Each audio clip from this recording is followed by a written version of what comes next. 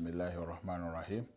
Amatendo kundaga Allah subhanahu wa ta'ala oyo yatuwa edini Busilamu era natulonda mwabo netukera ku machanga tuli bantu bala ilaha illa Allah Muhammadur Rasulullah. Tumusaba Allah subhanahu wa ta'ala ekingira ky'Obusilamu kyatuwa akitukumire era twebaza Allah jalla wala yatusindikira ekitibwa Nabi Muhammad sallallahu alaihi wasallama okubeera omubaka gye tuli era okutunyonyola Allah subhanahu wa ta'ala biki byatwagalamu. Nga bulijjo baganda bange b'ekitiibwa mwenna abali ku Salam TV ntwala omukisa guno okwalamusa n'ekiramusa ekisinga okuba ekyekitiibwa nti assalamu alaikum wa rahmatullahi wa barakatuh. Nebaza Allah jalla wala akyatuwadde obulamu nze naawe ne tubanga tukyali mu bantu abakyassa mpozi nga kyengera kinene nnyo era netumwebaza Allah jalla wala okubanga akyatadde mu bantu abo abamusinza. Olunaku olwaleero nga tuli ku Salam TV tugenda kubeera nga twogera ku bulamu obulungi mwene ensi. Buli muntu ayagala obulamu obulungi mwene ensi mwe tuwangaalira.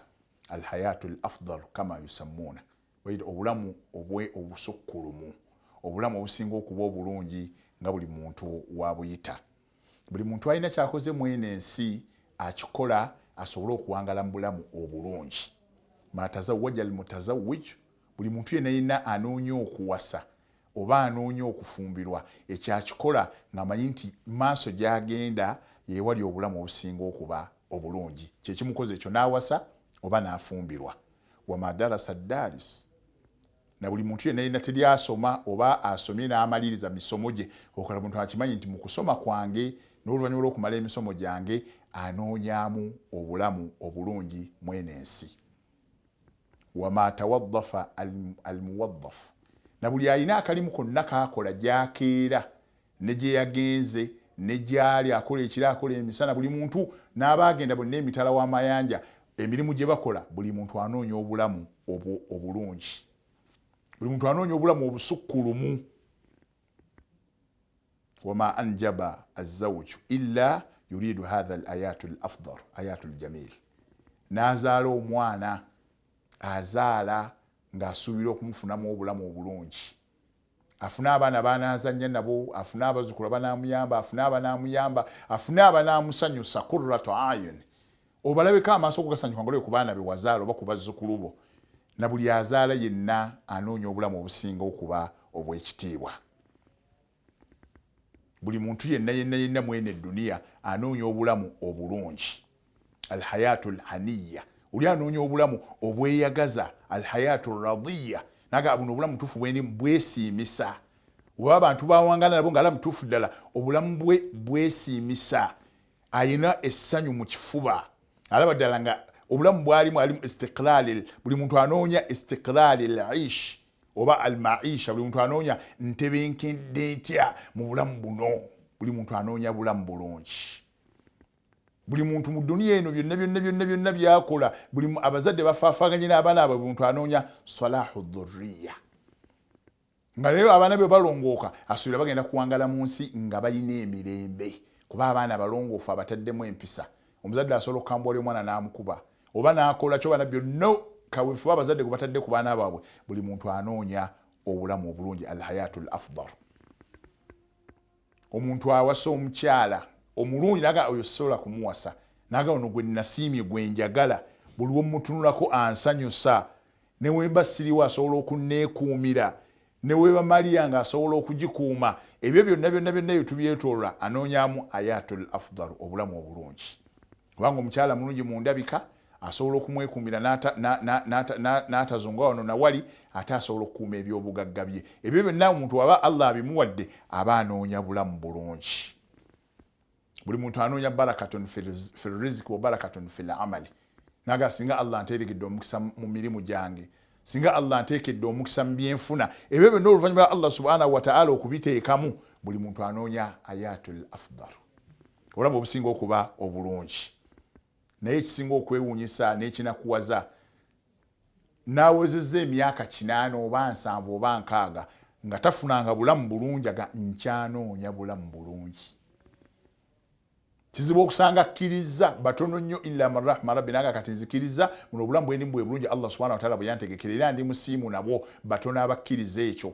Osanga ali mu 8 oba mu 6 ng'akuloga anoonya hayatul afdal, anoonya obulamu obusinga okuba obulungi.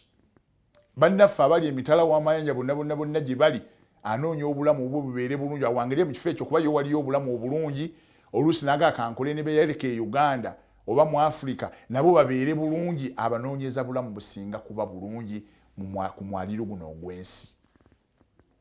Beesiimye abo Allah subhanahu wa ta'ala bategeezezza nti obulamu obusinga okuba obulungi buyinza okuba kuno ku duniya tebuliiko. Obulamu obusinga okuba obulungi Allah subhanahu wa ta'ala yabuteeka wetugenda okumusinkana fil akhira oba mu jjana. Naye ne kuno tulinako obulungi kubanga tusondoga rabbana atina fid dunya hasanatan wa fil akhirati hasanatan. Mu dduwa enkulu eyo edduwa nkulu tusaba Allah subhanahu wa ta'ala atuwe ebirungi kuno ku duniya ate ne ku nkomere atuwe ebirungi. Naye buli muntu kuno ku duniya abantu buli muntu anoonya bulamu businga kuba bulungi. Tulina okubibalansi nga tunoonya obulamu obusinga okuba obulungi kuno ku duniya ate nga wetukola n'ebyo ebigendo tutuusa mu bulamu obulungi oba olubeerera ku lunaku lw'enkomerero. Kuba abantu bangi abanoonya obulamu obulungi kuno ku duniya ate ne bubajja ku kuloonya obulamu obugenda okubeera obw'olubeerera obw'enkomerero. Era omuntu gwe tendereza amagezi yoyo anoonya obulamu obulungi. Era oliwo atusukulumako n'agenda e Bulaayi oba n'agenda e Bungereza oba n'agenda yonna gy'agenze oba agenze mu Gulf tuga nti agundi yavudde wano tulabadde nga obulamu bwe bugenda kutereera buyinza okutereera kuno ku duniya ewa Allah ne butatereera. Beesiimye abo Allah baawadde n'anoonya obulamu obulungi kuno ku duniya mu ebyo by'okola ne mbyoyimirizaawo ne mboyambye ne mu bulamu bonna ate n'obwa akhira obugenda okubeera obw'olubeerera nga bulungi nabo n'otabwerabira. Naye bangi Allah baawadde obulamu obulungi kuno ku duniya nga bwe basuubira ate ne bubeerabiza obulamu obulungi obw'olunaku lw'enkomerero. Kuno ku duniya bangi Allah subhanahu wa ta'ala baawadde ensonga ze tuzandooza obabeera nazo banaabeera mu bulamu obulungi naye nga tebayina. Abasinga essente nnyingi si be balina obulamu obulungi. Obasanga emmere ekyemisana kimuyitako n'omusanga gwagirya emmere tegenda naye nga ssente Allah azimuwadde naye nga abasinga tulowooza nti obulamu obulungi buli mu kubeera na ssente nnyingi. Waliwo bangi muffe Allah subhanahu wa ta'ala bawadde obulamu obulungi naye nga newe bakusoma nga ne primary teyagituukamu oba teyagisoma. Naye ng'ali bulungi ali mu bulamu buno obw'ensi obulungi n'oba akhira alina essuubi nti agenda beera mu bulamu obulungi naye wamu n'ekyo nga ne primary teyagituukamu naye ng'ali bulungi. Mwene ensi mulimu abatamanyi na kuwandiika wadde okusoma amannya gaabwe nga Allah abawadde obulamu obulungi naye nga tebamanyi kuwandiika tebamanyi kusoma amannya gaabwe. Mwene ensi mulimu abantu abalina obulamu obulungi nga talina wadde ekyebagala wadde wirubaalo wadde akagaali naye ng'ali mu bulamu obusinga okuba obulungi. Bangi abalina obulamu obulungi naye ng'ennyumba ye mwasula ya bisenge bibiri oba kisenge kimu naye ng'ali mu bulamu obusinga okuba obulungi. Ng'alaba nga Allah amuwadde ensi yonna. Ate mwene duniya mulimu abantu olwaleero nga n'emmoloka gy'avuga avuga 2023.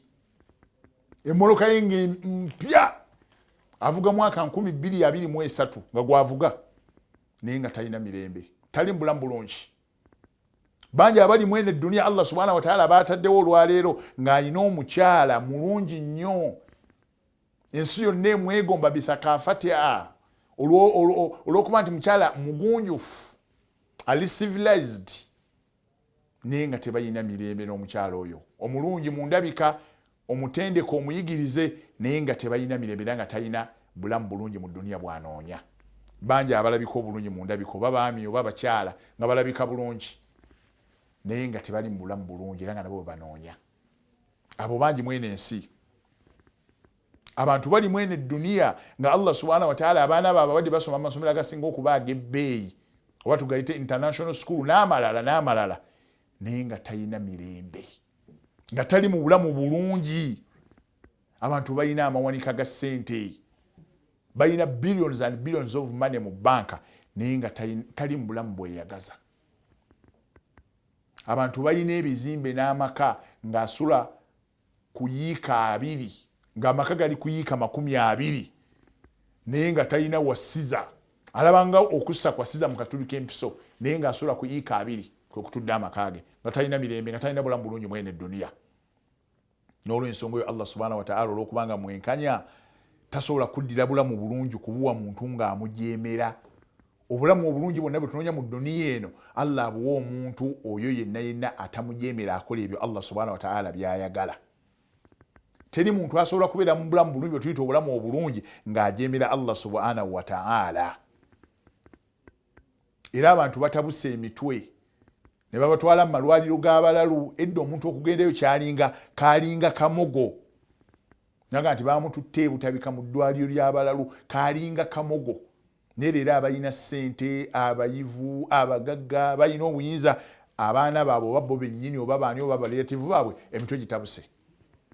N'ogenda okutuukayo okulaba omusawo omukugu asobola okukola ku mitwe gy'abantu egitabuse nga gitabuse lwa bizibu byansi. Obwongo bwetabudde kubanga anoonya okubeera obulungi, anoonya obulamu obusinga okuba obulungi, talaba waagenda kuyita kubutuukako. Naye ng'obulamu obugenda okutuusa ku mbeera esinga okuba ennungi kutegeera Allah subhanahu wa ta'ala. Ensi gye tulimu olwaleero abantu basomye naye amakubo agabatuusa ku bulamu obulungi tebagalaba. Ensi gye tulimu olwaleero abantu bakutte ebintu mu mutwe ng'amanye ebintu mu mutwe naye ng'amakubo agamutuusa mu bulamu obulungi tagalaba. Ensi gye tulimu abantu boogedde ennimi ng'alina ennimi nga 10 nga zonna asobola ozoogera naye ng'amakubo agamutuusa mu bulamu obulungi tagalaba. Omuntu ali mu bulamu obusinga okuba obulungi yoyo ali okumpi ne Allah subhanahu wa ta'ala. Obulamu obulungi obwo butunoonya abulina yoyo akola ebyo Allah bye yalagira yali mu bulamu obulungi. Nessa abalina biringa ffe tulowooza kubanga Allah subhanahu wa ta'ala agamba mu Qur'ani ba'udhu billahi minash shaitani rajim bismillahir rahmanir rahim yagamba man amila salihan min dhakarin aw untha wa huwa mu'minu falanuhiyannahum hayatan tayyiba.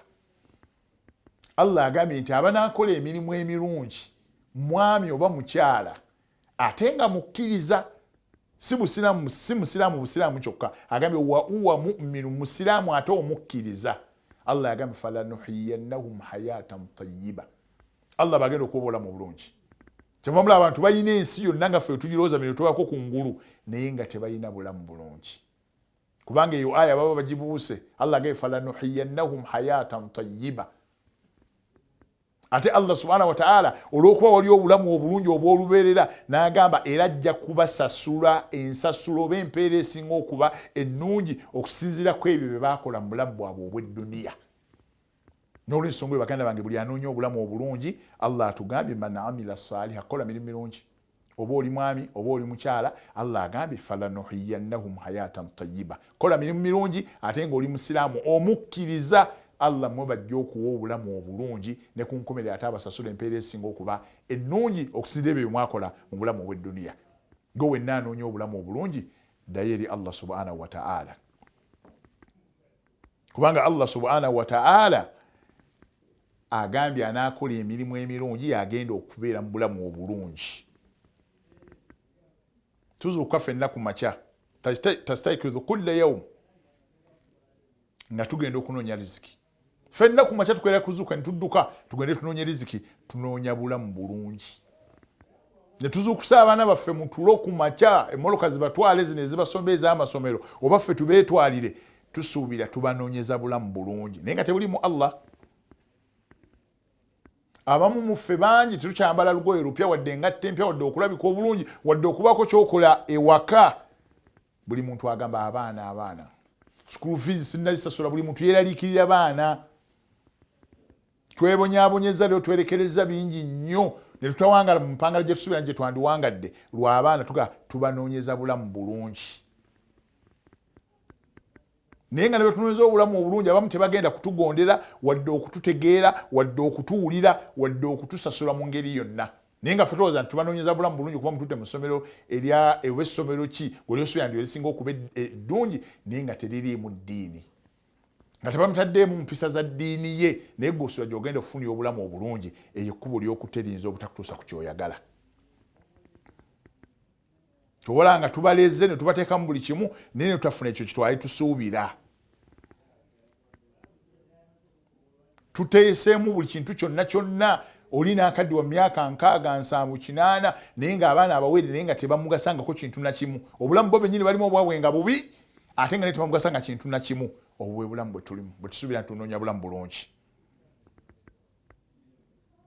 Abantu bawasizza singa obulamu obulungi tubufunira mu kuwasa abantu bawasizza fe abasiraamu tuwasa nawasa abakyala bana nalibenono nayongerako nawasa naye ng'anoonya bulamu bulungi naye abantu bawasizza ne bawasa nga tafunanga bulamu bulungi mu bakyala bonna bawasizza kubanga tabawasizza ku musingi gwa ddiini kubanga tabanoonyeza ku musingi gwa ddiini kubanga takulembeza ddiini ng'abanoonya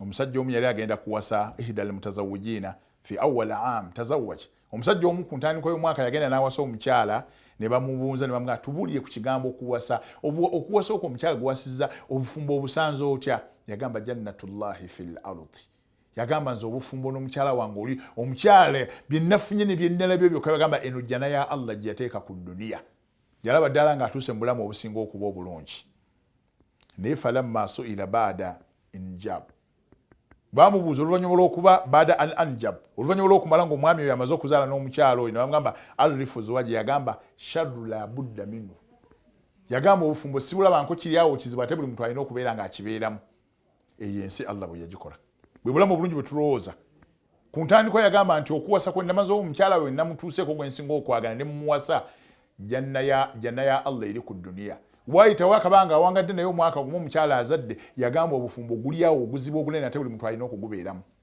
n'ogugumiikiriza n'ogubeeramu yeyo edduniya lwaki obulamu bukyusa olwaleero obubadde obunyoga nti omukyala jannatullahi fil ard ate nkyana ogamba sharru la budda minhu kubanga Allah subhanahu wa ta'ala ensi yagikola bw'atyo yagamba almaalu walbanuuna zinatu lhayati dunya lwaki Allah addidde ziina ate neefuuka fitina naga innama amwalukum wa auladukum fitina singa tuba tetubikozesezza nga Allah bwe yatulagira bifuuka fitina Allah atuwadde n'agamba almaalu walbanuuna zinatu lhayati dunya abaana sente byakwewunda bya duniya nga tubikozesezza nga Allah bw'ayagala netubikosa nga Allah bwe yatulagira naye ate Allah subhanahu wa ta'ala asobola bikyusa ne beera fitina singa tetukoze nga Allah bwe yatuyigiza kyabaga innama amwalukum wa auladukum fitina ate mu ayina aga nti abaana betuzadde ne sente zetufunye oba n'abakyala wa azwajoga fitina ate Allah asobola bikyusa ne beera fitina singa totambulye ku mateeka Allah subhanahu wa ta'ala nga ge yatuyigiriza omanyi omuntu eyakola essimu oba TV eno yenyini gy'olaba TV ye eriko epeesa eryongeza eddoboozi n'erikendeeza eriko epeesa erisobola okusirisa TV nebeerawo nga teyogera nga tetambula ate nga tegenda mu maaso kubanga buli wokozesa amapeesa ago oba ogoberedde eri eyagikola unaga wonyiga epeesa lino eyongeza eddoboozi wonyiga lino ogiclosinga off wonyiga bwoti ogistartinga kati ayagala okukozesa TV ogigasibwemu olina okufollowinga amateeka g'oli eyagikola osobola ofuna omugaso gwayo buli wogawukanako ojja kwagala kuswitchinga on oswitchinge off ojja kwagala kukendeeza ddoboozi ate olyongeze kubanga olyekonya mu mateeka g'oli yagikola kati ne Allah ye yakola ensi naffe n'atukola n'ateekamu amateeka nga tunagogobera tujja kusobola okutambulira ku nsi nga tulina emirembe tubeere mu hayatul afdal obulamu obusinga okuba obulungi fe bwe tubuvuddeko obulamu obusinga okuba obulungi bwe tunoonya ne tubunoonyeza Allah gy'atayagala kati byebizibu Allah n'akyusa ebadde neema wa ziina ate ne bifuuka fitina tebulanga Qur'ani Allah watu yagikola tekubagana wabula Allah toga nti abiri ziina almaalu walbanuuna ziina ate nabana agamba auladukum wa azwajukum naga ate fitna kubanga otunava ku mateeka ga Allah bwatyo wabikyusa tujja kwogerako olunaku olulala insha Allah sanataddas an inqirabu azinatu ila alfitna au ila alaada ekibadde ekyengero oba ekyokwewunda kikyuka kyene kifuuka fitina oba ne bafuuka abalabe baffe tujja kukyogerako bimashiatillah omulundi olulala n'olw'ensonga eyo obulamu obulungi mu dduniya buli mu kukola ebyo Allah byayagala gwe wenna awulira ali gy'oli gwe oyagala obulamu obusinga al ayatul afdal buli mu kukola Allah byayagala Allah subhanahu wa ta'ala fayaj'alka fawqa al-ardh fil janna kuno ku dduniya Allah akuwa obulamu obulungi nga gw'oli mu jjana wa ta'ata al-ardh fil janna ne mukabuli mutaka bagenda okuteeka nga gw'oli mu jjana ate wa yawma al-ardh ate n'olunaku olw'okweyoreka mu maaso ga Allah subhanahu wa ta'ala tajtami'u bi dhurriyyatika Allah agenda kuŋŋanya n'abaana bo bonna bonna n'emikwano gyo bonna bonna Allah abaweera ejjana kati obulamu obulungi buli mu kukola Allah byayagala Nabbi sallallahu alaihi wasallama yali mu bulamu obusinga okuba obulungi naye yayina embiri mmeka bwayolooza nti obulamu obulungi kuzimba mbiri nnyingi sijje buli muganda nge sijje buli Nabbi yayina embiri mmeka ze yasulamu ne bakyala ba Nabbi baakera olunaku lumu ne beekalakaasa naga atukooye embeera embi tetwambadde ku bikomo bya golodi tetusuzeeko mu mbiri tuli bakaamu bakasobola okuwanika emikono Allah n'atwanukula ne beekyanaga nti nabbi atusabye Allah atukyusizeemu. Nabbi teyazimba ku lubiri naye yali mu bulamu obusinga okuba obulungi. Kutubuza Nabbi sallallahu alayhi wa sallam akawunti zalina mu banka zaali mmeka, teyalina n'emu naye yali mu bulamu bwali businga okuba obulungi. Nabbi teyalina malimiro ganjalo nti alina faamu zeeno neeno neeno naye yali mu bulamu obusinga okuba obulungi. Ate nga ne Allah subhanahu wa ta'ala singa Allah ayagala addire olusozi Swafa lufuuke golodi, Nabbi amutwale agasibwe ne byonna yali abisobola.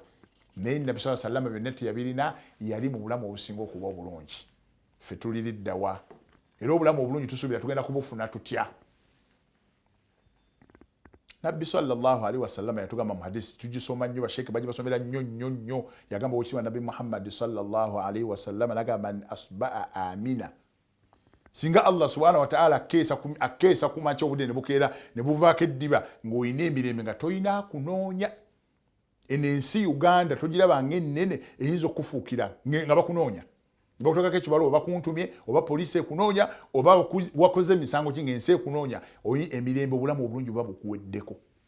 Ne Allah yatwaga nti omuntu akedde ku makyanga go toyina kunoonya, oyina emirembe gyo oba olina emirembe. Twebaza Allah. Otukeera ku makyanga tuyibasemu nga tusobola okwazina ne tusala nga teri atukutte ku mukono, tulina emirembe gyo tulina kyebaza Allah agamba ni asba'a aminan. Singa okeera ku makyanga oyina emirembe, oyina security, byonna by'olina okusooka okukola kwa Allah tojja kusobola mumusinza nga toyina mirembe. Tojja kusobola kukola weeyongereko ku bugagga bw'olina nga toyina mirembe. Toyina ky'osobola kukola mu nsi eno ne kiyimirirawo ng'ensi mw'oli oba mu kifo ky'oli nga tewali mirembe. Ensonga esooka mu bulamu bw'omuntu bwonna okubeera obulungi, okubeera mu hayatul afdal, obulamu obusukkulumu, olina okuba nga olina security nga waliwo emirembe. Kati Nabbi sallallahu alayhi wa sallam atugambye mu hadisi eyo omuntu yenna anoonya obulamu obulungi, Nabbi agambye man asba amina. Singa okeera ku makyanga oyina emirembe, tolina kunoonya, toliko kooti, toliko poliisi ekunoonya, toliko magye gakunoonya, tolina muntu yenna yenna gwe weekwese essimu ye okuba gwe wekuba ogiddamu ne weevuga tekweraliikiriza. Yagamba Allah naba atandise okuteeka mu bulamu obusinga okuba obulungi. Yagamba mu'afan fil jasad, ng'ebiyungo byo biramu. Abantu bali emulago mugendeko malwayo mulambula abalwadde ng'ebiyungo byo biramu. Abannaffe babwanise bali malwali nga bamwanisa emyaka 3, abalala bakolokota ennyama ne bagijja mu kifo ekirala bagiteeka mu kifo ekirala ng'abaddewo emyaka 4-3. Naye gwe ebiyungo byo biramu, naye Allah oganye okumutegeera okyanoonya obulamu obusinga ng'olowooza buli eri mu kukuŋŋaanya ebingi byogenda okulega mu lutemera lw'eriiso, ate Allah byonna abikubuuze ate byonna obirekera abalala. Allah Nabbi sallallahu alayhi wa sallam agambye akeera ng'olina emirembe gyo mu kifo w'oli n'omubiri gwo mulamu, naga yamliku kuuta yaumihi, ng'olina ekyemisana n'ekyeggulo, emmere gy'olina ekumala kyamisana na kyaggulo. Agambye ka annaha hizatu dunya bihazafiriha. Allah subhanahu wa ta'ala abanga akuwadde obugagga obuli mu nsi ne mu ggulu yonna, akuwadde obugagga bwonna obuli mu nsi oba obulina, olina ebi, olina security, olina emirembe buli tolina kunoonya, omubiri mulamu, olina ekyemisana n'ekyeggulo. Allah abakuwadde byonna ffe tulina bimeka? Abanoonya obulamu obulungi obutwerabiza ne Allah jalla wala tulina bimeka? Basiraamu tulina ebyobugagga Mungu atuwadde. Singa bakeera ku makya ne bakusibira mu nnyumba yo ne baga abeerayo omwezi nga tofuluma, omuntu abeerayo nga mulamu nga alya nga anywa, amazzi twakateekayo, gaasi twamuteekayo, ebyokulya tubigulira mu nsawo. Singa bakusibira mu nnyumba yo tubeerayo nga tulya n'ofuuka oluvannyuma lw'omwezi ng'oli munene. Ffe tulina bya myezi na myaka. Ne Nabbi agambye sallallahu alayhi wa sallam singa omuntu abeera n'ekyokulya kya misana na kyaggulo ng'alina security nga talina wamuluma, Allah aba akuwadde byonna. Naye ffe tunoonya obulamu obusinga mu kukuŋŋaanya bingi. Basiraamu tulina arzaq, tulina ebyobugagga ebisobola tutambuza emyaka. Ng'olya oli n'ataddayo okukola emyaka gy'alina n'awangaala obulamu obusigadde nga tagenda kuddayo kwavuwala. Ebyo tubirina ffe mwene ensi, tubirina mu bulamu bwe tulimu obwaleero. Tulina byonna bye tusobola okwambala ebikka obwereere bwaffe byonna. Allah yatuwa ziina, yatuwa ebyokwambala ebyenjawulo byonna tubina tukyusa bikyuse nogaa guno omulembe guno katwambala bifaanagana bwe biti. Tulina ebyokulya ebyenjawulo, bannange Allah tumusinze, byonna bituwadde. Tulina emirembe, amawanga gaweddemu emirembe. Abatambuddeko mugendeko mu mawanga agalina emirembe tegiriiyo. Mugende Palestine mutunule ebiri ku TV mu bitunuulire. Eyeebase mu kalina bw'ati akeera ku makyanga ekizimbe kimugwidde ng'afiiriddemu, tewali mirembe. abayina emirembe Iraq abagenda muziki kyokusaba bagendawa bo mujefutukira ne bafiira abagenza okusinza Allah Libya Palestine Syria wa amawanga gonna gatabangose tegayina mirembe naye twebaze Allah tukyayina emirembe ate tukyayina emikisa mu bye tukola abaana baffe baki Allah akyabataddemu emikisa bakyawulira ebyo byonna tuli mu bulamu obulungi ne tugamba tukyanoonya bulamu bulungi tuli mu bulamu ffe butulowooza buli muntu yenna yina atya obwavu buli muntu yeeraliikira bwavu tuyina akbar kidhibun fil hayat tuyina ekigambo kireewo kya bulimba kinene nnyo kiri mu bulamu bwaffe kalimatu tusamma al mustakbar ekigambo kiyitibwa future buli muntu aga noonya future oli agamba nteekateeka ana aminu mustakbal al abnai naga nteekateeka future y'abaana bange nagamba omwana namugamba ya bunayya idris naga idris ya bunayya hatta tu'minu mustakbalk yaga munnange soma osobola okuteekateeka future yo osobola okuteekateeka obulamu obugenda okujja mu maaso omustakbalu future eririddawa future eririddawa obulamu obw'olubeere gye tandise future yeyo Allah subhanahu wa ta'ala gye yagamba fariqun fil janna wa fariqun fis sa'ir obulamu obw'olubeerera gye twandise future tagenda kukoma yeyo Allah baali yagala agenda bateeka mu jjana baali yagala bagenda kubeera muri waliyanzu billah yeyo future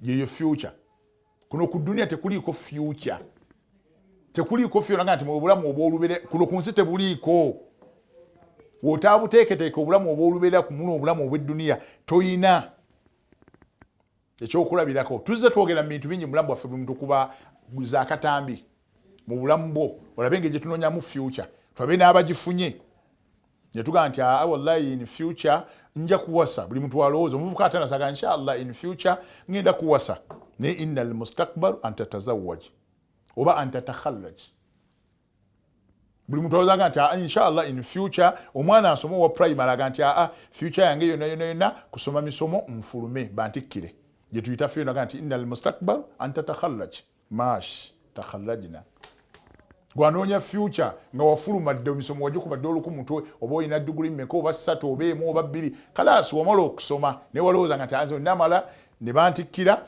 nja kuba maze okufuna future bameka abafunye degree first degree second degree third degree naye nga future tagifunanga era nga ali bubi abantu tulowooza bwe naamala okusoma n'enkukuba oluku mu mutwe kuba okusoma nako tekuggwa nja kuba maze okutuuka ku future bangi basomye ne bamala ne bafuna degree tebalina future alanaga innal mustakbalu ziwaji tazawwajna olanaga ndowooza future esinga okuba ennungi kubanga mpasizza bangi bawasizza naye bakyanoonya future omulala naga nti nze ndaba future yange kasannaafuna omulimu naga innal mustakbaru wadhifa naam wadhafna tulowooza ndowooza future kufuna mirimu emirimu tugifunye ne tukola ne tulowooza ndowooza okubeera mu future lyanga nti future gye nkolera kuzaala abaana Allah nabaaba bawadde kati kyekigenda oluvannyuma lw'ebyo okusoma wakusoma n'okuwasa n'owasa n'abaana n'obazaala n'okufumbirwa n'ofumbirwa kyekigenda oluvannyuma lw'ekyo ekiddako kufa oluvannyuma lw'okufa Allah kuwajja n'oba kuwa muliro kati eriye future bino si future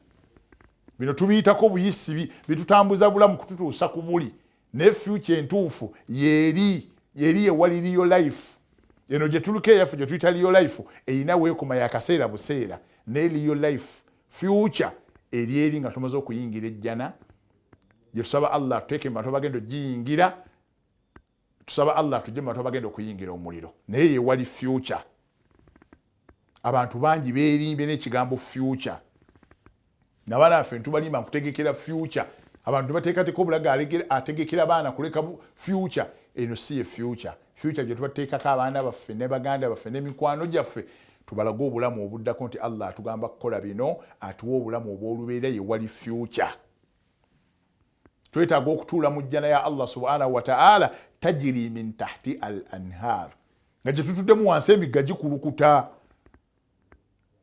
nga waliyo okweyagala okutagenda kukoma teri kulwala teri kwegomba teri kubonaabona eyo ye future gye muntu gye yandikoledde naye olwaleero abaana baffe tebasaala tetubasomesezza ddiini tetubatadde mu mpisa za ddiini tugamba tubateekerateekera future nfu bafuluma buli lunaku banoonya bitonde binne wabyo basobola okubeera nga bateekateeka future ne beerabira Allah subhanahu wa ta'ala ateekateeka future. Allah tebamusinza eyo endira gye tulezeemu abaana baffe nga tubataddeeko omusingi gwa kubasomesa mateeka Allah gayagala, eyo si future.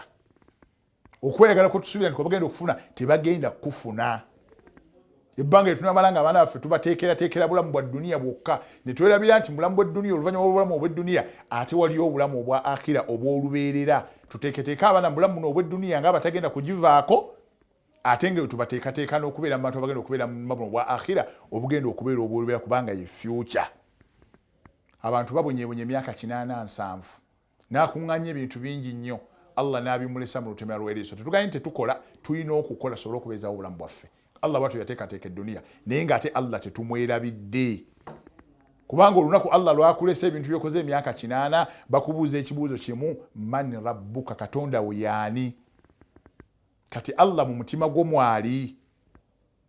Allah wakitiibwa mu mutima gwo oba mu bulamu bwo, byolowooza byonna byonna Allah wakitiibwa alinamu ekifo mu bulamu bwo ne mu mutima gwo.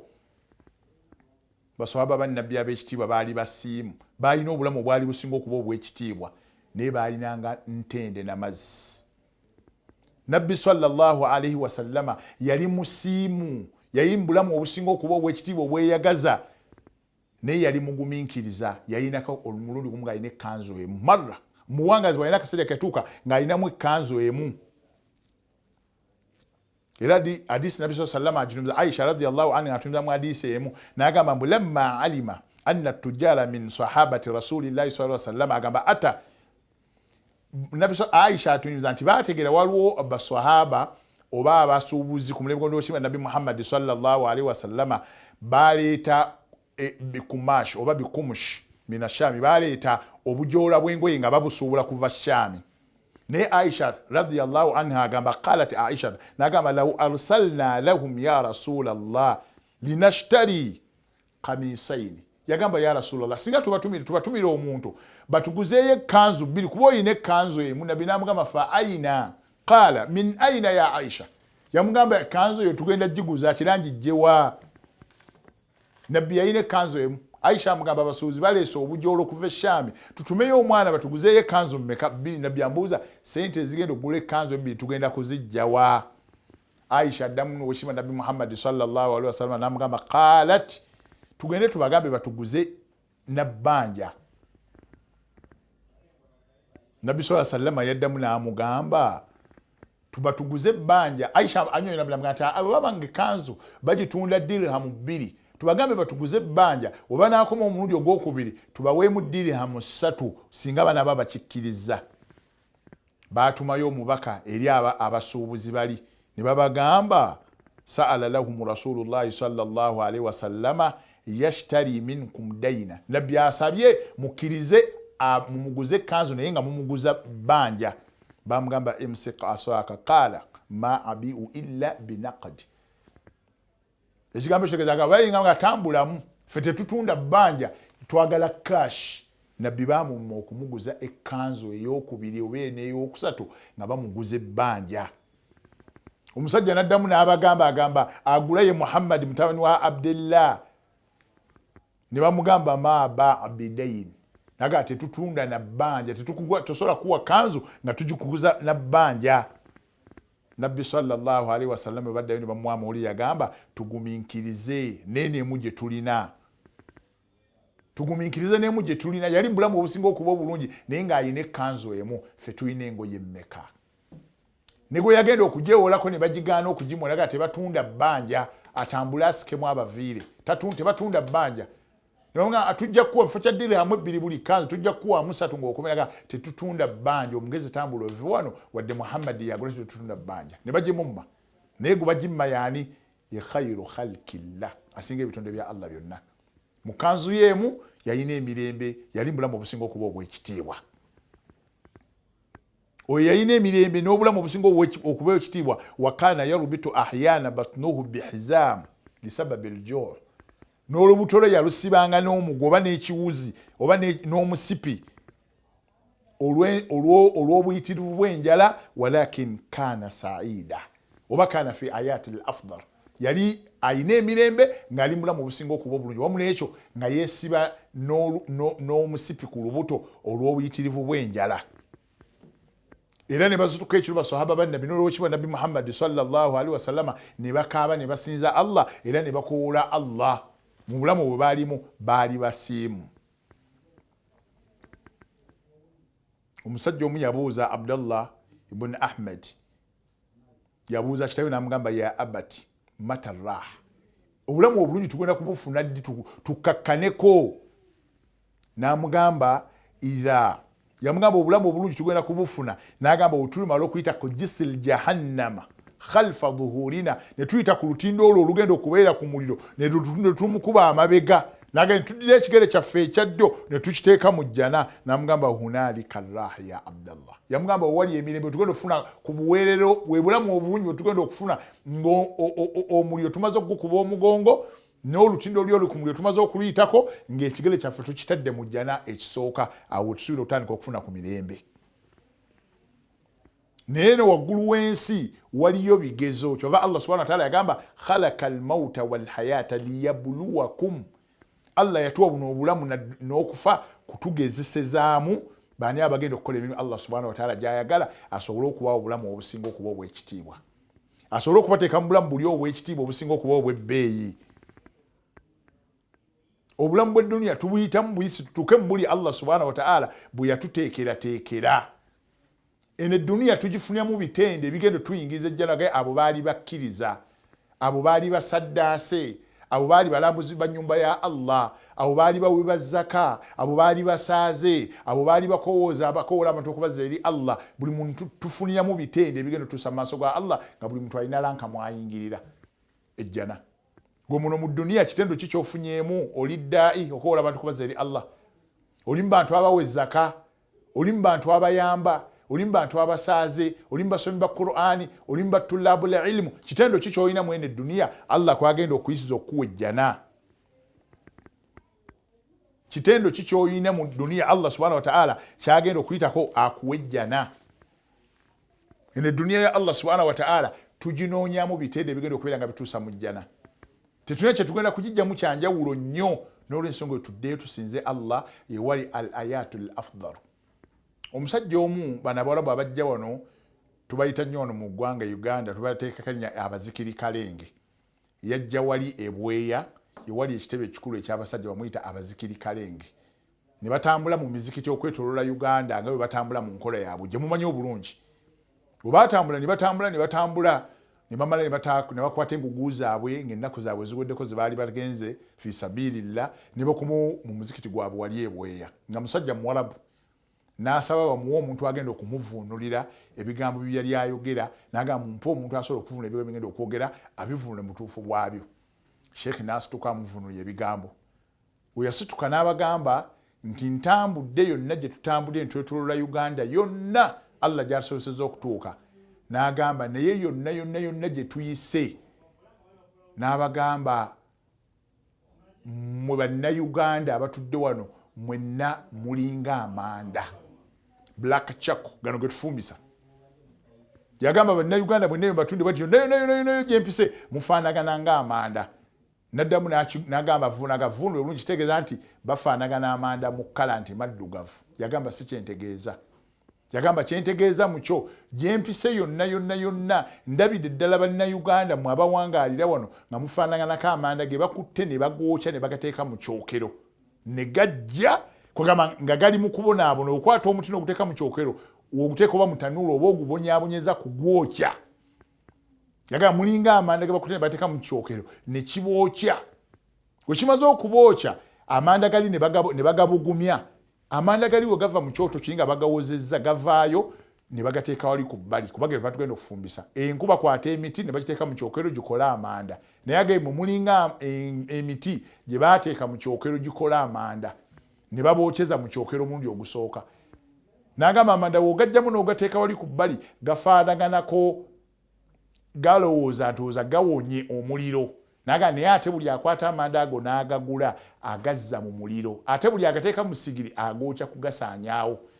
Bimaana ne bagookya emirundi ebiri. Yaga amanda bagookya emirundi ebiri, bagatadde mu kyokero ne bagayokya ne bagajjamu ne galooza ndooza gawumuddemu ate ne bagazza mu ssigiri ate agateeka mu ssigiri agokya gasaanyaawo n'agamba ne bannayuganda nammwe muli age gye tuyise yonna edduniya yo temulina ekitegeeza muli mu dduniya ebookya ate newa Allah wetutunulayo enkola gye tulabye n'eddiini yammwe newa Allah gye namuyinza okuba nga temulina n'olw'ensonga yatuwa ekifaananyi nti edduniya tuyinza okuba nga etukaluubiridde n'etwokya n'etuyisa bubi ate newa Allah subhanahu wa ta'ala nagamba obulamu nabwo tulabanga nabwo akhira nayo temugyeteeketeekedde kukola ebyo Allah subhanahu wa ta'ala byayagala nabwe ekyo baganda bange buli anoonya al ayatul afdalu tukwende tukole Allah byayagala edduniya ereme kutusala ate ne akhira etusale tubeere mu bantu Allah byali yayogera kaga ma aghna anhu maaluhu wa ma kasaba ng'emirimu gye bakola mu duniya tegyabagasa ate ne maali gye bakunganga nayo teyabagasa tuddeyo tukole ebyo Allah subhanahu wa ta'ala byayagala tufune al hayatul afdal obulamu obusinga okuba obulungi gwe kubadde omusomo gwaffe ogw'olwaleero buli muntu anoonya obulamu obusinga okuba obulungi tuddeyo tukole ebyo Allah subhanahu wa ta'ala byayagala mukkirize tukomaawo nga bulijjo assalamu alaikum warahmatullahi wabarakatuh mwenna ababadde ku Salamu TV saba Allah subhanahu wa ta'ala basasula ekisinga okuba ekirungi ne management yaffe agikuume abawo ekisinga okuba ekirungi neggwanga alikuume libeere mirembe wajazakumullahu khaira assalamu alaikum